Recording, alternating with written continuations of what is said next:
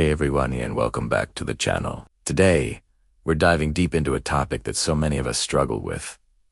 Letting go, whether it's a past mistake, a hurtful comment, or a future we can't control.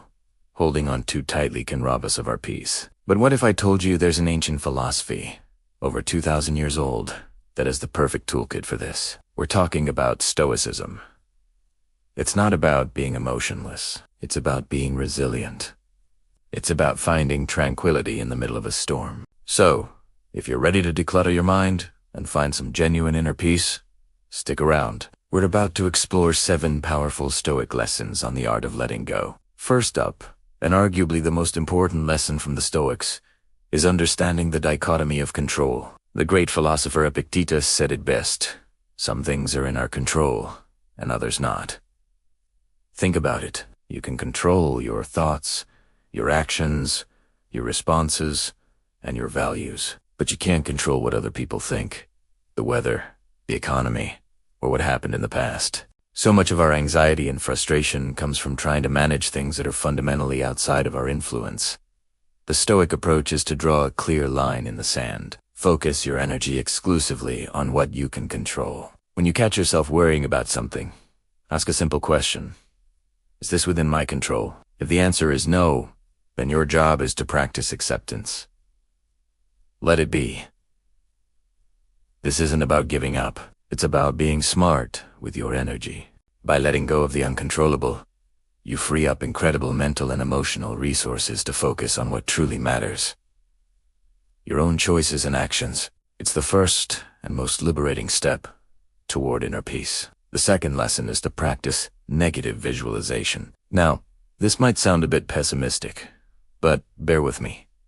It's actually a powerful gratitude practice. The Stoics, like Seneca, would often take time to imagine losing the things they cherished most: their health, their loved ones, their possessions. The goal wasn't to dwell on doom and gloom. The purpose was to appreciate what they currently have, right here, right now. We often take our daily blessings for granted until they're gone. By mentally rehearsing loss, you cultivate a profound sense of gratitude for your present reality. It also prepares you for adversity. If you've already considered the possibility of something going wrong, when challenges do arise, you're less likely to be completely thrown off balance. It's a way of vaccinating yourself against despair. So, take a moment each day. Imagine your life without something you value. It will make you hold it that much dearer and make it easier to let go if you ever have to, because you've already appreciated its presence in your life. Lesson number 3 is a big one.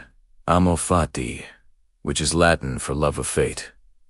This isn't just about passively accepting what happens to you. It's about actively embracing it, loving it, and seeing it as necessary. The philosopher Friedrich Nietzsche, who was heavily influenced by the Stoics, described it as wanting nothing to be different, not forward, not backward, not in all eternity. Whatever happens, good, bad, or ugly, you treat it as if you chose it. An obstacle isn't a roadblock. It's a new path. A failure isn't an end. It's a lesson. The Roman Emperor Marcus Aurelius wrote in his Meditations, "The impediment to action advances action. What stands in the way becomes the way." When you adopt this mindset, you stop fighting against reality. You start working with it.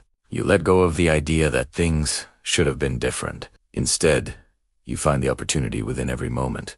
No matter how challenging, you transform every event into fuel for your growth and strength. Loving your fate means letting go of your resistance to life itself. Our 4th lesson is to view things from above, also known as the Platonic view.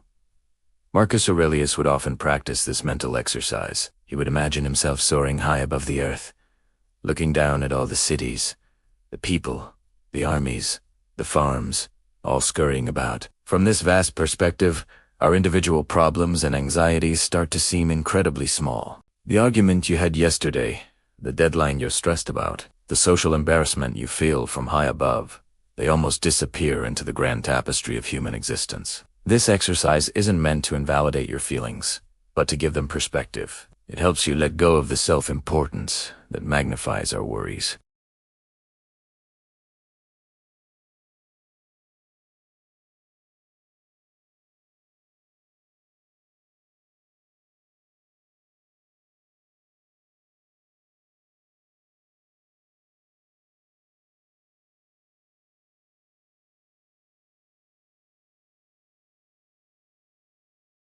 Lesson number 5 is a powerful reminder.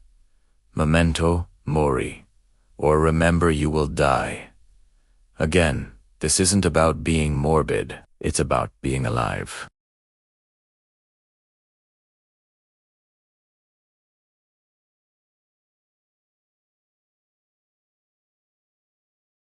Why spend your precious, limited moments holding on to a grudge?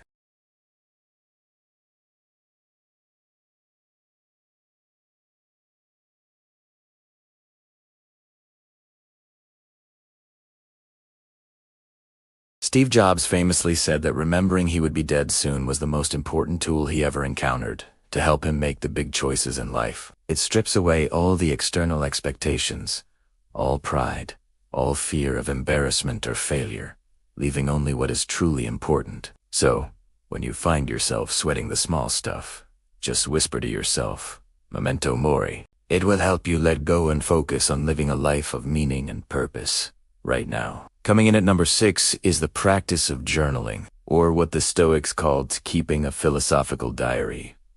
This was a cornerstone of Stoic practice for figures like Seneca and Marcus Aurelius, whose meditations is essentially his personal journal. Journaling is the act of having a conversation with yourself. It's a space to untangle your thoughts, examine your judgments, and prepare for the day ahead or review the day that has passed. When you write things down, you get them out of your head. This process creates distance and clarity. You can look at your anxieties on the page and analyze them objectively. Are they based on reality? Are they within your control? What would be the most virtuous way to respond? This practice is a form of mental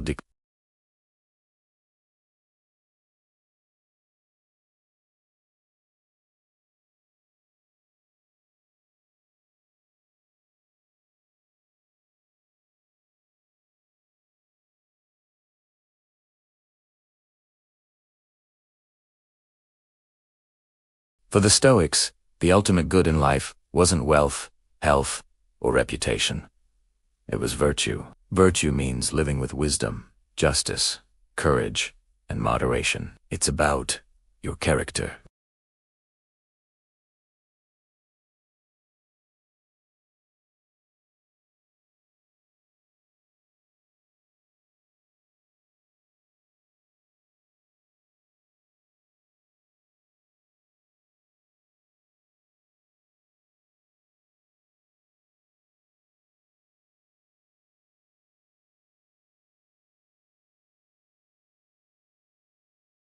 The outcome is secondary. The real question is, did you try your best and act with courage? By focusing on your own virtuous actions, you detach your well-being from external outcomes. You find a stable, unshakable source of self-worth that is immune to the chaos of the world. Letting go of the external world as validation is the final key to unlocking a truly resilient and peaceful mind. So there you have it, 7 Stoic lessons to master the art of letting go. Differentiate what you can and cannot control.